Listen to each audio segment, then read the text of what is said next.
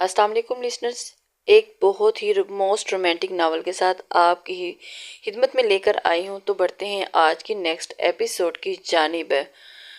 وہ چلاتی ہوئی آئی تھی، لیکن اس کے شوہر کی طرف سے ایسا نہیں تھا۔ وہ دانیہ کے لیے بہت ساری چیزیں بھیجا کرتا تھا اور یہ سب یہی ظاہر کرتا تھا کہ وہ دانیہ کو چاہتا ہے، لیکن کل رات اس کی حرکت کے بعد وہ اسے مزید مزن ہو گئی تھی۔ تبھی ہر حال میں اس سے چھٹکارا پانے کے لیے وہ کچھ بھی کرنے کے لیے تیار تھی اور بارے میں سوچ رہی تھی۔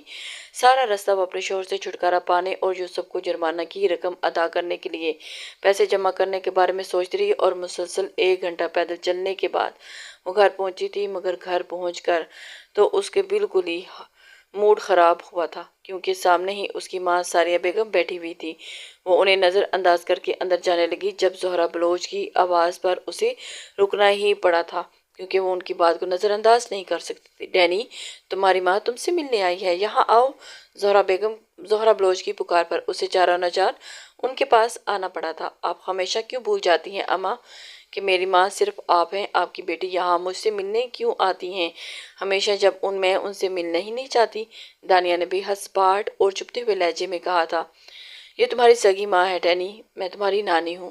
زہرہ بلوچ نے جیسے اسے یاد دلانا چاہا تھا، لیکن ڈینی ان کی بات ماننے کے لیے بالکل بھی تیار نہیں تھی۔ اوہ ریئلی؟ دانیہ نے ابرو اچکا کر کچھ ایسی نظروں سے انہیں دیکھا کہ وہ بے ساختہ ہی نظریں چرا گئی۔ کب تک ناراض رہوگی اپنی ماں سے؟ میں مجبور تھی دانیہ، ساریہ بیگم نے بے چارگی سے ہمیشہ والا سوال کیا تھا۔ ہمیشہ میڈم ساریہ، آپ مجبور تھیں، کیا وجہ تھی؟ مجھے کوئی فرق نہیں پڑتا، آپ اپنی زندگی میں خوش ہیں اور میں اپنی زندگی میں تو بہتر ہوگا ہم ایک دوسرے کے معاملات میں دخل اندازی نہ کریں، دانیہ تیکھے جتونوں سے کہہ کر جانے لگی تھی، لیکن اس کی زہرہ بلوچ نے اسے پھر روک لیا۔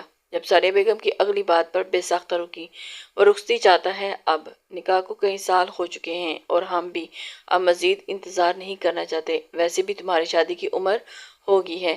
ساریہ بیگم کی بات مکمل ہوتے ہی وہ پلٹی تھی اور اسے ایک دم دیکھ کر، وہ شادی نہیں ایک ڈیل تھی جو آپ نے اپنی خوشیوں کے بدلے میں کی، اور آپ کو ایک امیر کبیر آدمی سے شادی کرنا تھی جس کی شرط تھی کہ میری شادی اس کے بیٹے سے ہوگی، تبھی وہ آپ سے شادی کرے گا۔ اسی لیے آپ نے میرا نکاح اپنے سوتیلے بیٹے سے کروایا، وہ جو ایک سودا تھا، اور میں اس شادی کو بالکل بھی نہیں مانتی۔ مجھے نہ تب قبول تھا اور نہ ہی اب قبول ہے۔ اپنے بیٹے سے کہہ دیجیے گا کہ مجھے اسے شادی نہیں کرنی، بلکہ وہ طلاق دینے کے لیے تیار رہے۔ اگر اس نے طلاق نہ دی تو میں کورٹ جاؤں گی، دانیہ سرد لہجے میں کہہ کر دوبارہ ساریہ بیگم اور زہرہ بلوچ کو ہکا بکا چھوڑ کر وہاں سے اپنے کمرے میں چلی گئی تھی، اور آتے ہی پریشانی سے اپنا سر ہاتھوں میں گرا لیا۔ یوسف سے کہہ چکی تھی کہ وہ اسے جرمانے کی رقم ادا کرے گی، مگر وہ اتنی رقم لائے گی کہاں سے؟ ساریہ بیگم کے شوہر بہت امیر تھے، وہ 2 لاکھ تو کیا 2 کروڑ بھی درہم دے سکتے تھے، لیکن وہ ان سے مانگ نہیں سکتی تھی، اسی وجہ سے بہت زیادہ پریشان تھی۔ مگر سب سے بڑا مسئلہ یہی تھا کہ وہ ساریہ بیگم کے شوہر تھے، یعنی اس کے سوتیلے باپ، جن سے وہ ایک پھوٹی کوڑی بھی نہ لیتی، اور ان سے پیسے لینے کے لیے تو اسے اپنی انا کو جھکانا پڑتا، اور وہ ایسا تو ہرگز نہیں کرنا چاہتی تھی، اسی لیے بہت زیادہ پریشان تھی۔ اسے مدد کے لیے کچھ بھی تو نہیں سمجھ آ رہی تھی۔ میں کچھ نہ کچھ کر لوں گی، اس نے ایک عزم سے خود سے کہا تھا۔ اگلے 3 دن وہ بے حد مصروف رہی تھی، اس کی وجہ سے وہ 2 لاکھ درہم اکٹھے کرنے تھے، وہ اتنی جلدی اتنے درہم اکٹھے نہیں کر سکتی تھی۔ اسے کچھ نہ کچھ کرنا تھا، لیکن اسے نہیں سمجھتا کہ وہ کیا کرتی، لیکن پھر بھی کوشش کر رہی تھی۔ اس نے رقم کبھی جمع نہیں کی تھی، تبھی اس کے پاس ایک پھوٹی کوڑی بھی نہیں تھی۔ زہرہ بلوچ سے اسے صرف 2000 درہم مل سکے تھے جو انہوں نے اس کی شادی کے لیے رکھے تھے، اور مزید بھی جمع کر رہی تھی۔ ہیری سے اسے صرف 500 درہم ہی مل سکے، لیکن یہ کافی تھے، بلکہ 2 لاکھ درہم کے سامنے نہ ہونے کے برابر تھے۔ دانیہ نے مکی ماؤس کارڈ یس پہن کر اور مکی ماؤس بن کر سڑکوں پر لوگوں کو ہنسانا شروع کیا تھا، لیکن بہت کم لوگوں نے اسے درہم دیے تھے۔ 3 دن اس نے یہی کام کیا تھا، لیکن ان 3 دنوں میں اس کے پاس 400 درہم جمع ہو سکے تھے۔ ان میں ہیری اور زہرہ بلوچ کے درہم ملا کر 2800 درہم بنے تھے، جن پر وہ سر پیٹ کر رہ گئی تھی۔ آخر سوچ یہی آئی تھی کہ کہیں ڈاکہ ہی ڈال لے، اور اس نے، لیکن پھر جیل جانے کے خوف سے اس کو خیال نے بکھا دیا تھا۔ ہیری کے ساتھ اس نے کئی مشورے کر ڈالے تھے، ہوم بزنس کے لیے اسے سیٹ کرتے کرتے مہینے سے زیادہ وقت لگ جاتا، اور اس کے پاس وقت کی قلت تھی، کیونکہ یوسف کے مینیجر نے فون کر کے اس کا جینا دوبھر کر دیا ہوا تھا۔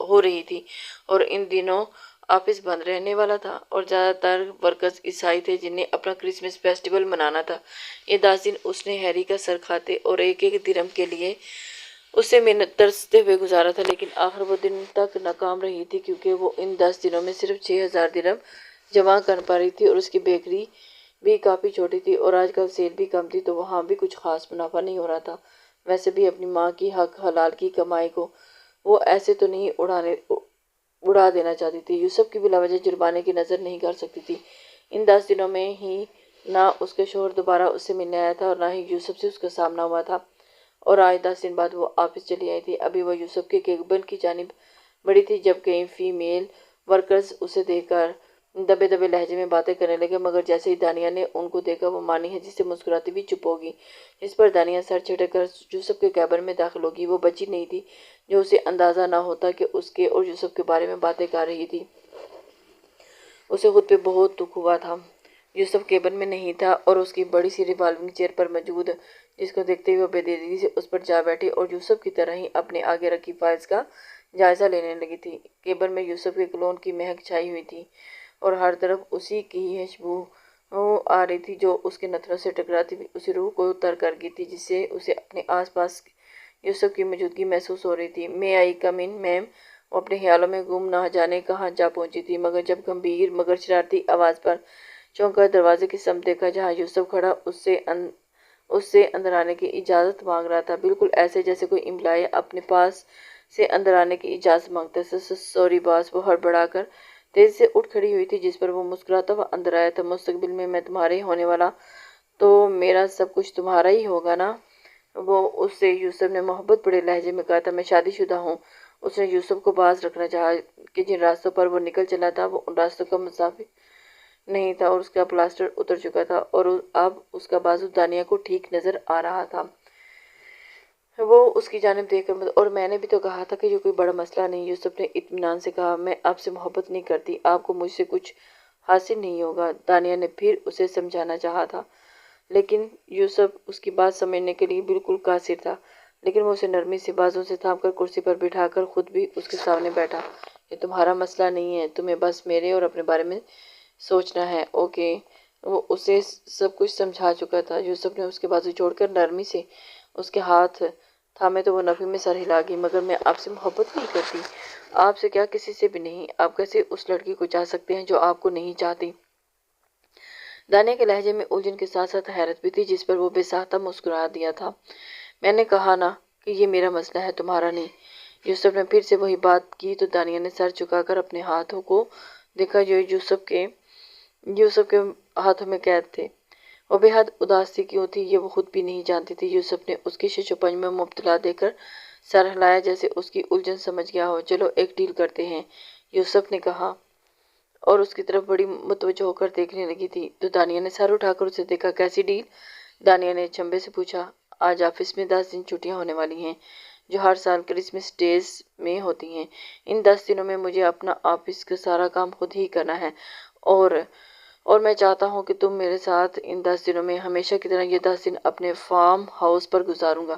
میں نہیں جانتا کہ اس سال کے ان 10 دنوں میں تم کیا کرتی ہو، لیکن اس بار تمہارے یہ 10 دن مجھے چاہیے"۔ یوسف نے کہا تو وہ حیران ہوئی۔ "میرے 10 دن مطلب"؟ دانیہ کو اس کی پوری بات سمجھ میں نہیں آئی اور وہ اس کی طرف حیرانگی سے دیکھنے لگی تھی۔ "ان 10 دن مطلب"؟ تبھی وضاحت مانگی۔ "مطلب کہ تمہیں یہ 10 دن میرے ساتھ میرے فارم ہاؤس پر گزارنے ہوں گے"، یوسف نے کہا تو دانیہ نے آنکھیں پھیل گئی تھی۔ "کیوں، آپ کے ساتھ کیسے رہ سکتی ہوں میں؟ ایک ورکر کے طور پر تم میرے ساتھ رہو گی 10 دن وہ ایک دم سے پریشان نظر آئی تھی اور اس کی پریشانی سمجھ کر یوسف نفی میں سر ہلا تھا، اس کے سر کو نوک کر گیا تھا۔ "تم بالکل بھی ذہین نہیں ہو لیڈی، کچھ غلط سوچنے کی ضرورت نہیں ہے۔ یہ 10 دن ہم بالکل دوستوں کی طرح گزاریں گے اور تمہیں یا تمہاری کسی بھی ذات کا مجھ پر سے کسی قسم کا کوئی خطرہ نہیں ہوگا، یقین رکھو"، یوسف نے کہا تو وہ شش و پنج میں مبتلا اسے دیکھتی رہی۔ "ان 10 دنوں میں تمہیں امپریس کرنے کی کوشش کروں گا، تمہارے دل میں اپنا پیار جگا دوں گا۔ اگر میں ایسا کرنے میں کامیاب ہو گیا تو تمہیں مجھ سے شادی کرنی ہوگی"۔ "اوہ"، سیریسلی تو میری ہو جاؤ گی، اور وہ بھی اپنی مرضی سے، لیکن ان 10 دنوں میں تمہارے دل میں میری محبت نہیں جاگتی تو میں تمہارے راستے میں سے ہٹ جاؤں گا اور تمہیں کبھی تنگ نہیں کروں گا۔ یوسف نے کہا تو وہ اب کی بار دانیہ کی آنکھیں چمکی تھی اور وہ خوش ہو گئی تھی۔ جرمانہ نہیں لیں گے مجھ سے؟ دانیہ نے کہا تو وہ مسکراتا ہوا سر ہلا کر حامی بھر گیا۔ اور جرمانے کی رقم یعنی 2 لاکھ درہم پھر آپ مجھے ادا کریں گے؟ دانیہ نے مزید کہا تو اب کی بار یوسف نے آنکھیں سکوڑ کر اسے دیکھا تھا اور اسے ٹھیک ڈن ہو گیا۔ دونوں نے ایک دوسرے سے شرط، اب یہ زیادہ نہیں ہو رہا؟ یوسف نے آنکھیں گھماتے ہوئے کہا تو وہ بدعسی دکھا گئی۔ ٹرسٹ می، میں یوسف شاہی کو کنجوس بالکل بھی نہیں سمجھتی تھی۔ دانیہ نے آنکھیں گھما کر کہا تو وہ یہ کھیل کھیلنا ہی چاہتا تھا اور اسے تو کوئی بھی مسئلہ نہیں تھا، کیونکہ اسے یقین تھا کہ وہ کبھی بھی کسی سے محبت نہیں کر سکتی تھی۔ تبھی نہ صرف آسانی سے اس کی ڈیل قبول کرنے کا فیصلہ کرنے کے ساتھ وہ اپنی شرط بھی اس کے سامنے رکھ کی تھی تاکہ اس کی جرمانے کی دم چھلے سے جان چھوٹ سکے۔ میں کنجوس بالکل بھی نہیں، اور نہ ہی پیسوں کے معاملے میں اور نہ ہی اپنے جذبات کے اظہار کے معاملے میں۔ اس بات کا اندازہ تمہیں میری پناہوں میں آ کر ہو جائے گا۔ وہ الٹے ہاتھ کی پونچھ سے اس کا گال سہلا کر مانی ہنسی سے بولا تو وہ نہ چاہتے ہوئے بھی سرخ پڑ گئی تھی۔ وہ کیا چاہتا تھا یہ تو وہ بھی نہیں جانتی تھی، لیکن جس پر وہ اچھا خاصا ملحوظ ہوا تھا، آج شام کو میں تمہیں پک کرنے آؤں گا، ہمیں میرے فارم کے لیے نکلنا ہے تو تیار رہنا۔ یوسف نے کہا تو وہ سر ہلا گئی، پھر بھی چونکی۔ آپ کو میرے گھر کا پتہ کیسے معلوم؟ دانیہ نے اچنبے سے سوال کیا تھا۔ تمہارے گھر کا پتہ کرنا کون سا مشکل کام ہے؟ وہ اسے، تم واقعی عقل مند نہیں ہو دانیہ بلوچ، اپنا ایڈریس تم مجھے ٹیکسٹ کر کے بتاؤ گی؟ یوسف نے اس کے سر پر نہ کر کے کہا تو وہ منہ بسور کر اسے دیکھنے لگی۔ اب ایسے مت دیکھو، گھر جاؤ اور جا کر پیکنگ وغیرہ کر لو۔ ٹھیک، میں تم سے پھر بعد میں ملوں گا، ڈرائیور باہر ہی کھڑا ہے، وہ تمہیں چھوڑ آئے گا۔ یوسف نے کہا تو وہ سر ہلا کر دروازے کی جانب بڑھی تھی۔ باس، وہ جو واپس اپنی کرسی پر بیٹھ کر کام کرنے والا تھا، دانیہ کی آواز پر اس کی طرف پلٹا، جو دروازے کو تھامے وہی کھڑی اسی کو دیکھ رہی تھی۔ آپ مجھ سے محبت میری خوبصورتی کی وجہ سے کرتے ہیں؟ اس نے سادہ سے انداز میں سوال کیا تھا۔ یوسف کئی سالوں سے اس کی محبت میں مبتلا تھا، یہ بات اس کے لیے اب تک ناقابل یقین تھی۔ وہ اسے جانتا نہیں تھا، پھر کیسے اس سے محبت کر سکتا تھا؟ وہ اسے اپنی طرف متوجہ کر چکی تھی۔ خوبصورتی سے زیادہ مجھے تمہارے غصے اور آنسوں سے اٹریکٹ کیا تھا۔ مجھے پہلی ملاقات میں ہی تم بہت اچھی لگی تھی، اوپر سے تمہاری باتیں مجھے بتا رہی تھی کہ تم اس حد تک دکھی تھی، اور تمہیں دکھ میں دیکھ کر مجھے بہت دکھ ہوا تھا۔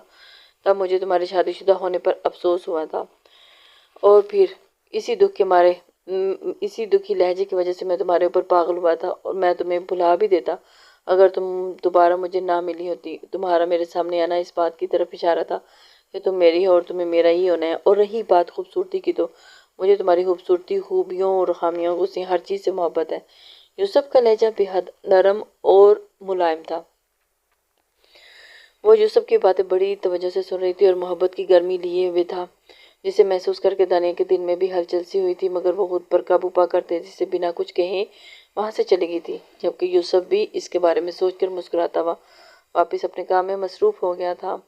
یوسف جانتا تھا کہ وہ اسے اپنی محبت میں پاگل کر دے گا۔ یہ شام کا وقت تھا، گھر میں اس نے سب کو بتا دیا تھا کہ وہ یہ چھٹیاں اپنے فارم ہاؤس میں گزارے گا، جس پر کسی نے کوئی اعتراض نہیں کیا تھا کہ ایسا پہلی بار نہیں تھا، بلکہ وہ پہلے بھی فارم ہاؤس چھٹیاں گزارنے جایا کرتا تھا۔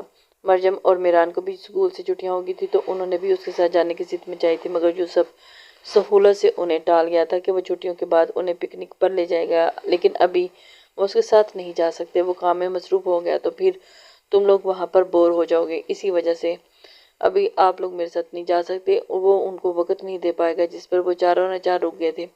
شام کے وقت وہ گاڑی میں بیٹھ کر دانیہ کے گھر آیا تھا، جہاں کا پتہ اسے دانیہ نے ٹیکسٹ کر دیا تھا۔ وہ گاڑی سے نکل کر ان کے گھر کے دروازے کی جانب بڑھا، وہ جو سڑک کے دائیں جانب قریب ہی تھا۔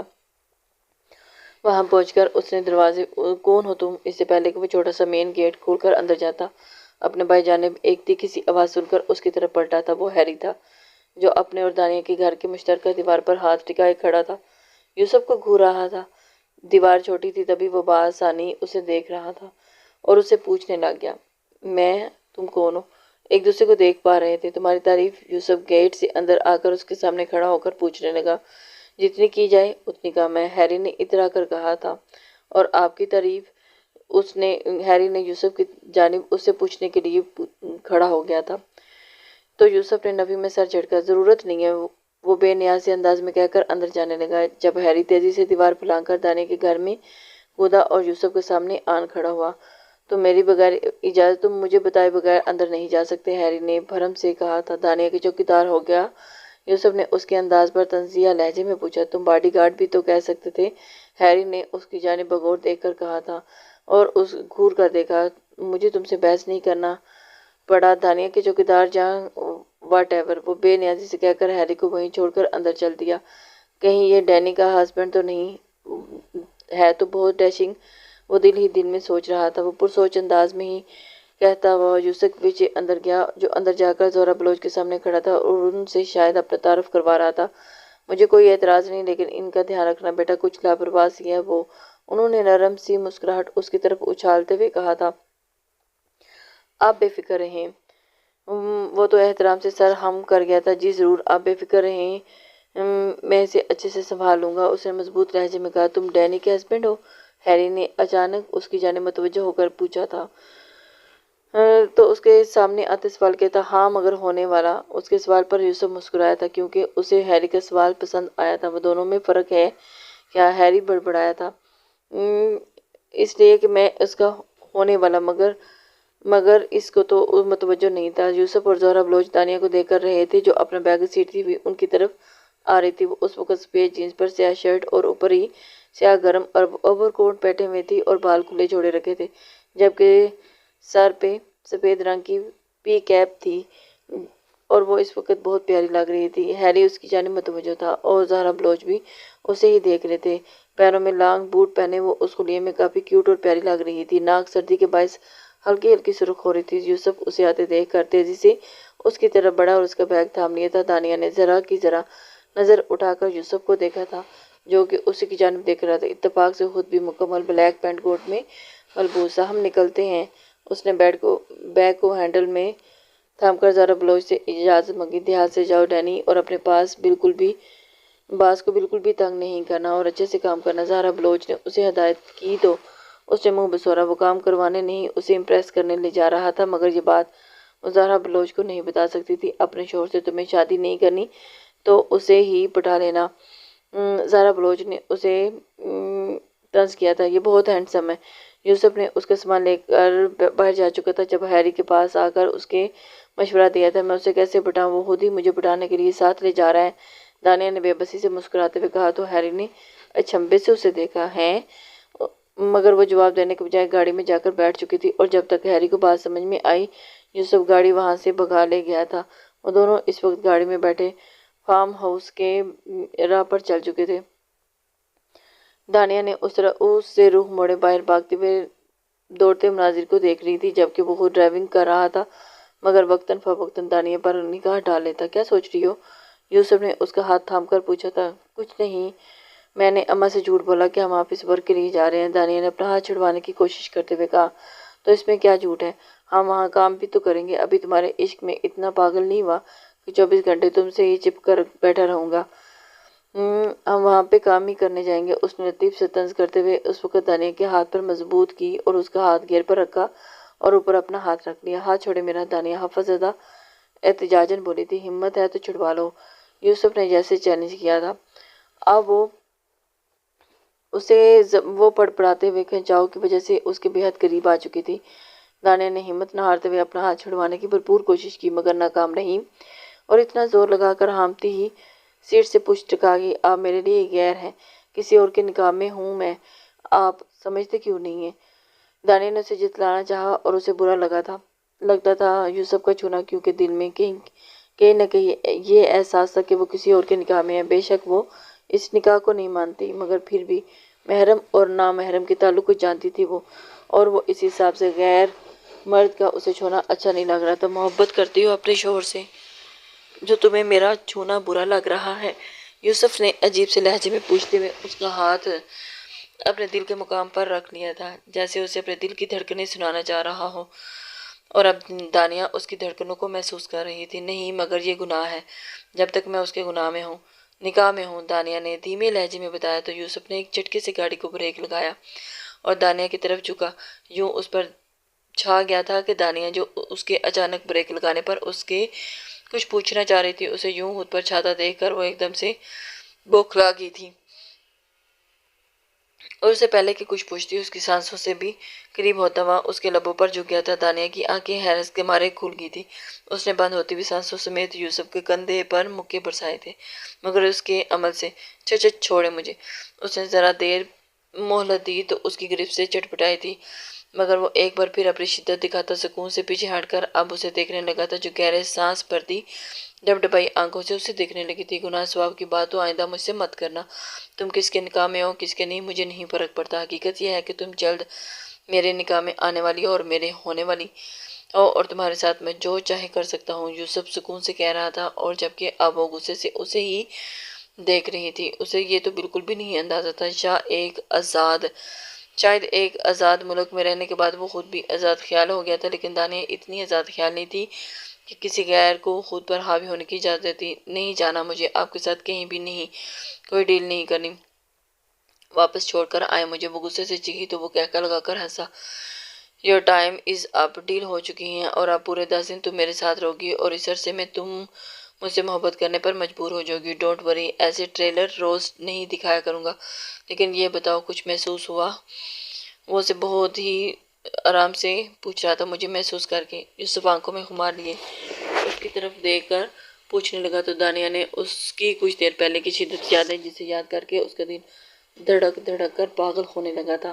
اس نے تیزی سے یوسف سے نظریں چرائیں کہ محسوس کر، مگر وہ سمجھنا چاہتی تھی اور نہ ہی اس پر کچھ ظاہر کرنا چاہتی تھی۔ اور اس لوفرانہ حرکت کے بعد مجھے بس نفرت محسوس ہو رہی ہے آپ سے۔ اپنے محسوسات سے بالکل الٹ اس نے بات کہی تھی، جس پر برا منانے کے بجائے وہ کھل کر ہنسا تھا۔ اچھا، تمہاری نفرت بھی سر آنکھوں پر ہے، وہ دل نشینی سے کہہ کر گاڑی آگے بڑھا لے گیا۔ باقی کے رستے وہ منہ پھلائے بیٹھی رہی تھی، جبکہ یوسف مسکراتا رہا۔ کچھ دیر میں ہی وہ فارم ہاؤس پہنچ چکے تھے، جہاں چوکیدار کے علاوہ 2 ملازم بھی تھے، اور چوکیدار کے علاوہ 2 ملازموں کو یوسف نے چھٹی دے دی تھی۔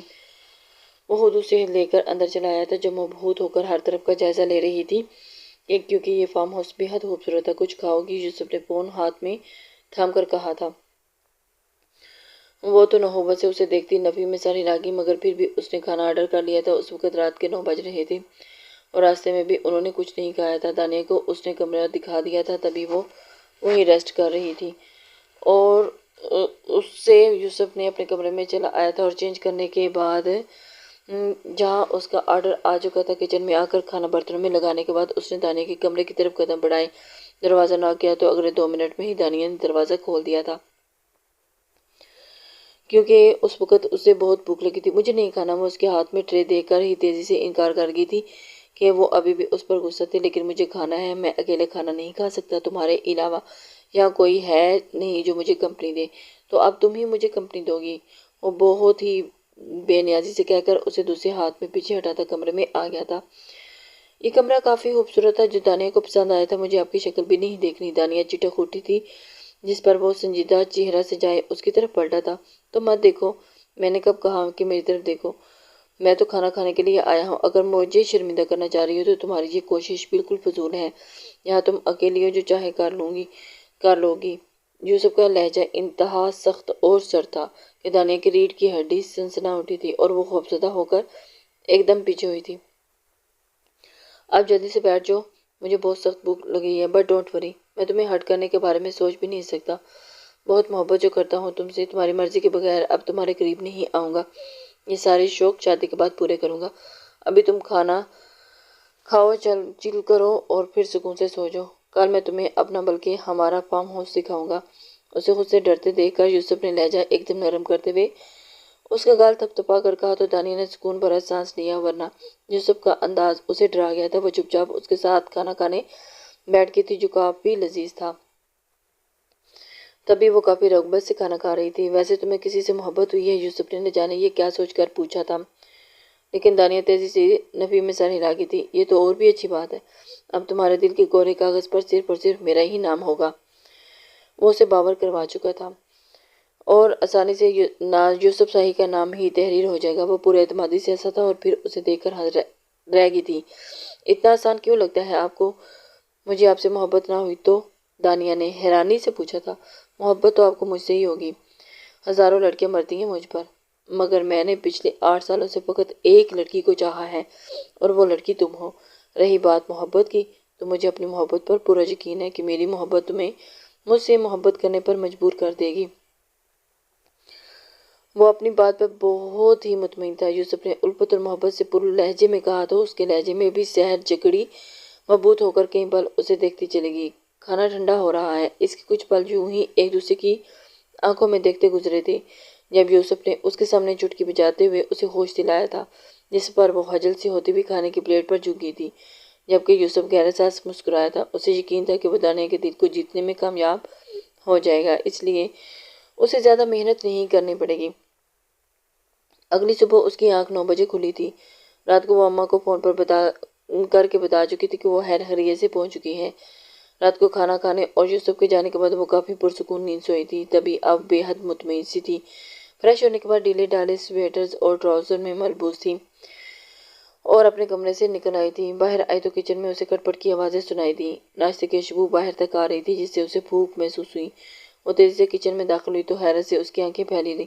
سامنے ہی یوسف براؤن جینز اور بلیک شرٹ اور براؤن جیکٹ پر اس نے ایپرن باندھے ناشتہ بنا رہا تھا۔ باس بلا شبہ وہ یوسف ہی تھا جسے وہ اس کے انداز میں اس کے دراز قدامت کی وجہ سے پشت سے ہی پہچان گئی تھی، مگر پھر بھی اس نے اسے پکار کر تصدیق کرنا چاہی تھی اور تصدیق ہو بھی گئی تھی۔ وہ بالکل جب وہ اس کی طرف پلٹا تھا اس نے استقبالیہ مسکراہٹ سے نوازا تھا۔ Welcome madam. یوسف نے سر کو ہلا کر ایک ہاتھ سینے پر رکھ کر اس کا استقبال کیا تھا۔ آپ ناشتہ بنائیں گے؟ دانیہ نے مسکراتے ہوئے اس کے جی بنائیں گے کہ نہیں بنا چکا ہوں، بلکہ آپ کی اطلاع کے لیے عرض ہے کہ مادام جب تک ہم یہاں رہیں گے تب تک آپ کے لیے ناشتہ، لنچ اور ڈنر میں ہی بناؤں گا، لیکن آپ کو میرے ہاتھ کا ذائقہ پسند نہ آئے تو ہم باہر سے بھی آرڈر کر سکتے ہیں۔ یوسف نے مسکرا کر بے حد نرمی سے بتایا تھا۔ آپ کو یہ سب کرنا آتا ہے؟ اس کے لہجے میں حیرت ہی حیرت تھی۔ مجھے انڈر ایسٹیمیٹ مت کرنا لڑکی، وہ سب کچھ تو بنا ہی سکتا ہوں جو تمہیں بہت پسند ہے۔ یوسف نے اس کی ناک کی ٹیپ پر ہر انگلی بجا کر کہا تھا۔ اور آپ کو کیسے پتا کہ مجھے کیا کیا پسند ہے؟ یہ مت کہو، دانیہ نے مشکوک انداز میں پوچھا۔ وہ تو تم مجھے بتاؤ گی نا، یوسف نے سادہ سے انداز میں کہا اور پھر اپنا اپرن اتار کر اسے کندھوں سے تھام کر کچن میں موجود 2 سیٹر ڈائننگ ٹیبل پر بٹھا کر خود اس کے آگے ناشتہ رکھنے لگا تھا۔ دانیہ اس کی حرکات اور انداز دیکھ کر ایک دم حیران ہوئی۔ ناشتہ شروع کیجیے مادام، اس نے احترام کہا اور خود بھی اس کے سامنے بیٹھا۔ دانیہ نے ناشتے کی طرف دیکھا اور جہاں پراٹھوں کے ساتھ بٹر شدہ بریڈ اور چیز سینڈوچ کے ساتھ چائے کے 2 مگ بھی تھے، ایک پلیٹ میں آملیٹ موجود تھا اور اس کا پسندیدہ ناشتہ۔ آپ کو کیسے پتا کہ مجھے ایسا ناشتہ پسند ہے؟ دانیہ نے پھر شک بھرے لہجے میں پوچھا تھا۔ کیونکہ یہی ناشتہ مجھے بھی پسند ہے، سوچا شاید تمہیں بھی پسند آئے۔ اب تفتیش ختم کر کے ناشتہ کرو اور اس کے بعد میں تمہیں فارم ہاؤس دکھانے لے چلوں گا، یوسف نے اس کی جانب متوجہ ہو کر کہا تھا، اور ہم پھر ہارس رائڈنگ کریں گے۔ یوسف نے اپنا پلان بتایا۔ اور کام کب کریں گے؟ دانیہ نے تنزیہ پوچھا تھا۔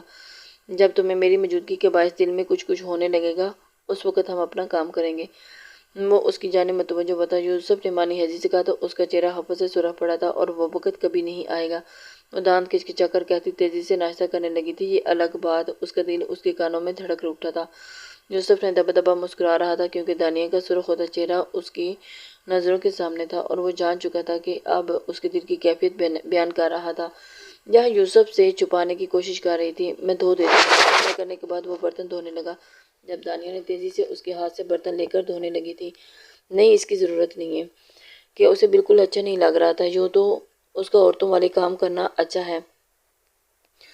یوسف بڑبڑایا مگر وہ سن چکی تھی۔ کیا؟ دانیہ نے برتن دھوتے پوچھا تھا۔ تمہارا کچن میں کام کرنا ابھی سے عادت ہو جائے گی تو پھر سارے کام تمہیں خود ہی کرنے پڑیں گے، تو شادی شدہ کے بعد سہولت ہوگی کیونکہ سارے کام میں تم سے کروایا کروں گا۔ یوسف بجوسہ